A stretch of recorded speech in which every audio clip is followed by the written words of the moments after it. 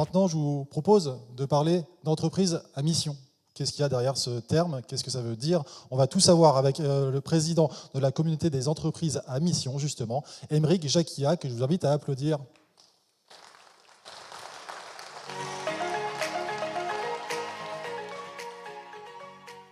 Sois le bienvenu sur la scène Sustainable Leaders Forum. Je t'en prie, tu vas nous donner quelques éclairages et je t'interpellerai en fin de keynote sur un sujet plus particulier. Je t'en prie. Le micro, voilà, vous m'entendez. Bon. Bonjour, ravi d'être avec vous ce matin. Je suis venu pour vous parler de l'entreprise du 21e siècle. Celle qui met au cœur de son modèle une mission pour changer le monde. On est à un tournant, il faut tout réinventer. Et réinventer notre économie, c'est réinventer nos entreprises. Transformer la société, ça va passer par transformer nos entreprises. Qu'est-ce qui connaît ou qu'est-ce qui a déjà entendu parler dans la salle de l'entreprise à mission? Levez la main. Waouh, c'est impressionnant. Mais laissez vos mains levées. Et qui n'a pas entendu peut-être alors du coup. Voilà. Vous allez garder votre main levée si vous êtes en chemin vers l'entreprise à mission ou si votre entreprise est en chemin vers l'entreprise à mission. OK. Et vous allez garder la main levée si vous êtes déjà une société à mission. OK, on a un peu de chemin encore à faire. Alors d'où ça vient la société à mission? Ça a été créé par la loi Pacte en 2019. Et c'est un chemin qui a été assez long. C'est venu d'une crise, celle de 2008, la crise financière, qui a interpellé un labo de chercheurs à l'école des mines qui se sont dit, mais en fait, cette crise financière, c'est pas une crise financière. Cette crise financière, c'est une crise de l'entreprise. Et il faut refonder entièrement l'entreprise. Alors, ils ont élaboré et cherché à redonner finalement du sens à l'entreprise.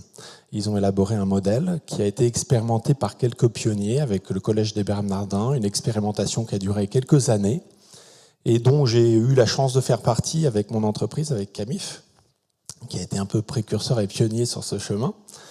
Et fort de l'expérience de définir, de se reposer une question au fond assez existentielle.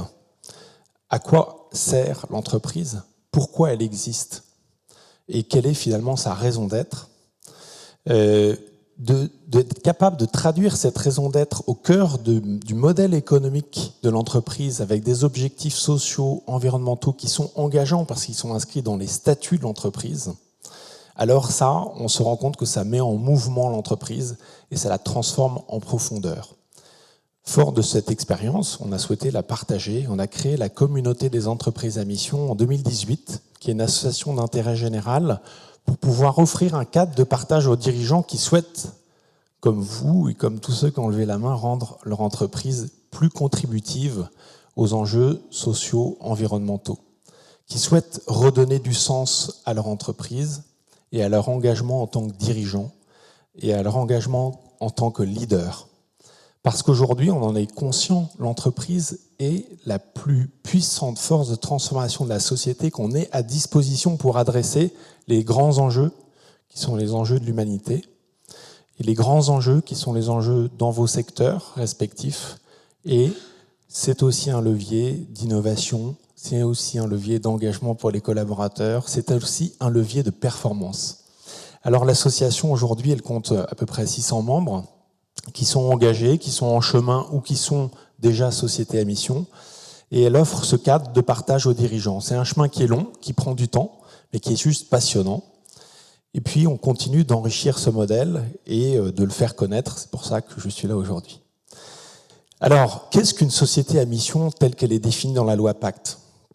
La loi Pacte, elle est assez habilement créée 3 étages. Le premier, en 2019, ça a été la modification d'un petit article qui paraît anodin, un article du Code civil, l'article 1833 du Code civil, qui dit que toute entreprise, même ceux qui n'ont pas levé la main, doit prendre en considération les enjeux sociaux et environnementaux. Ça, c'est nouveau et ça consacre finalement le cadre de la responsabilité sociale de l'entreprise. On ne peut plus agir sans prendre en considération ces enjeux sociaux et environnementaux. Et ça crée une sorte de stress et de vide juridique qu'il faut très vite combler. Le deuxième étage de la loi Pacte, c'est celui de la raison d'être. Toute entreprise peut se doter d'une raison d'être qu'elle peut inscrire dans ses statuts. Et l'inscription dans les statuts, elle est importante parce qu'elle permet une chose dont on a parlé un peu ce matin, elle permet l'alignement des actionnaires, au fond, sur le fait que l'entreprise n'est pas uniquement là pour servir leur intérêt propre, financier, mais qu'elle est là pour une mission qui dépasse leur intérêt propre, qui est une mission au service du bien commun.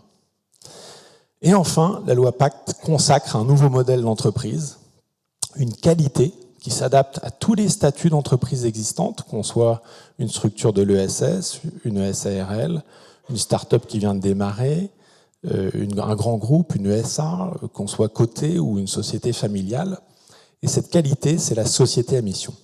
Qu'est-ce qu'une société à mission? C'est une société qui a défini une raison d'être, qui l'a assortie d'objectifs sociaux et environnementaux qui sont inscrits dans les statuts, donc qui sont quelque part opposables aux tiers. C'est extrêmement important parce que c'est le marqueur de l'engagement de l'entreprise sur, finalement, ce sur quoi elle souhaite contribuer au monde de manière positive. C'est aussi une société qui a mis en place une gouvernance de la mission, et ça c'est un des points très singuliers de la loi Pacte en France par rapport aux autres législations dans d'autres pays. C'est la gouvernance de la mission, et c'est un nouvel organe de gouvernance qui est créé par la loi Pacte, le comité de mission. Et on s'aperçoit pour les 619 sociétés à mission qui ont déjà aujourd'hui en France adopté cette qualité, même celles qui n'ont pas l'obligation d'avoir un comité de mission, pour les PME de moins de 50 personnes, on peut avoir juste un référent mission. Même celles-là, elles se sont dotées d'un comité de mission parce que c'est extrêmement riche. C'est une façon de réoxygéner la gouvernance de l'entreprise. Et beaucoup d'entreprises font le pari d'intégrer dans ces comités de mission des parties prenantes. Parce qu'au fond, la société, si on peut dire légalement qu'elle appartient à ses actionnaires, l'entreprise, elle n'appartient pas qu'à ses actionnaires. Elle appartient à toutes ses parties prenantes. Une entreprise ne vit pas sans clients, elle ne vit pas sans un territoire, elle ne vit pas sans fournisseurs, elle ne vit évidemment pas sans ses collaborateurs. Donc l'intégration des parties prenantes est quelque chose qu'on remarque dans beaucoup des comités de mission. Et enfin, c'est le dernier point important de ce qu'est une société à mission, c'est une société qui s'oblige et qui va rendre transparent ses résultats et qui va faire auditer et vérifier ses résultats par un organisme tiers indépendant tous les 2 ou 3 ans selon la taille de l'entreprise.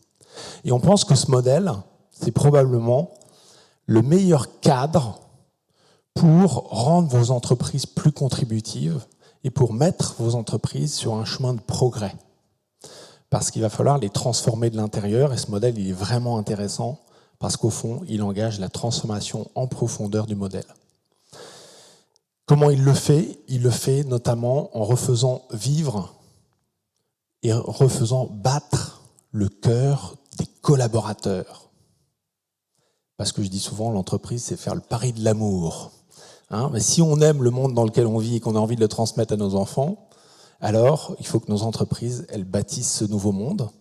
Et en fait, nos collaborateurs, quand ils sont alignés par rapport à l'engagement de l'entreprise, à ces engagements qui sont inscrits profondément dans ces statuts, alors ils vont se donner, ils vont s'engager. Et c'est le premier effet bénéfique, et c'est probablement la première raison pour laquelle la plupart des dirigeants ont entamé ce chemin. C'est que ça va réengager les collaborateurs dans le projet de l'entreprise. Ça va remobiliser chez nos collaborateurs l'intelligence collective, l'envie de contribuer, l'envie d'innover, l'envie de se dépasser pour utiliser nos entreprises au service d'enjeux qui sont bien supérieurs. Voilà. Donc 619 sociétés à mission, c'est beaucoup ou pas beaucoup? Pas beaucoup. Pourquoi? Parce que c'est aussi un chemin qui prend du temps. En moyenne, 2 ans. Entre le démarrage de la réflexion et l'aboutissement à la qualité de société à mission. Et quand on a la qualité de société à mission, le chemin ne fait que démarrer, parce qu'il va nous transformer. C'est le chemin qui transforme. Voilà. Donc c'est un temps long. Aussi parce que c'est une démarche très souvent très collaborative.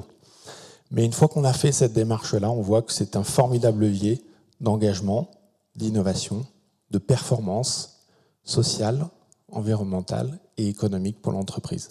Donc évidemment, je vous invite à tous de devenir société à mission parce que tout le monde peut utiliser ce cadre pour rendre son entreprise plus contributive. Merci beaucoup. C'est pas fini. À l'échelle européenne, on voulait insister aussi là-dessus parce que voilà, on parle de la dynamique en France et plus particulièrement à Potocki aussi. On a pu. Merci pour ce baromètre qui permet de voir concrètement les avancées, les démarches. À l'échelle européenne, c'est assez encourageant en termes de dynamique. La taxonomie, Fit for 55, il y a pas mal de choses qui se passent. Tu confirmes, est-ce qu'on est sur un bon trend selon toi? Quels sont les enjeux aussi à venir? On est à un moment où je pense qu'on a tous pris conscience, qu'on soit citoyen, consommateur, collaborateur dans l'entreprise, qu'il y a urgence à agir et que le meilleur lieu de l'action, c'est l'entreprise. Et ça se passe effectivement dans tous les pays.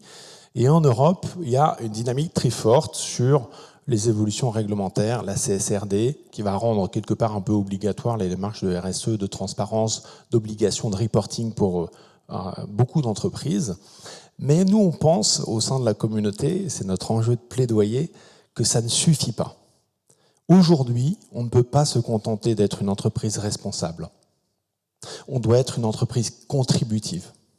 Et je pense que le modèle de la société à mission que j'ai pu défendre la semaine dernière au Parlement suédois, donc il y a bien des choses qui se passent au niveau européen, il est très complémentaire de la démarche RSE, CSRD, qui a aussi ses limites, parce que c'est pas 2000 indicateurs dans un fichier Excel qui soulèvent l'engagement des collaborateurs. Donc, il faut aller plus loin. Et on pense que bâtir ce cadre d'une sorte de Sustainable Company Form au niveau européen ou de Mission Driven Company au niveau européen serait une façon de bâtir ce capitalisme contributif qui caractérise fortement l'Europe par rapport aux Chinois ou aux Américains. Voilà. Donc c'est à nous de le faire et haut les cœurs. Merci beaucoup, Emery.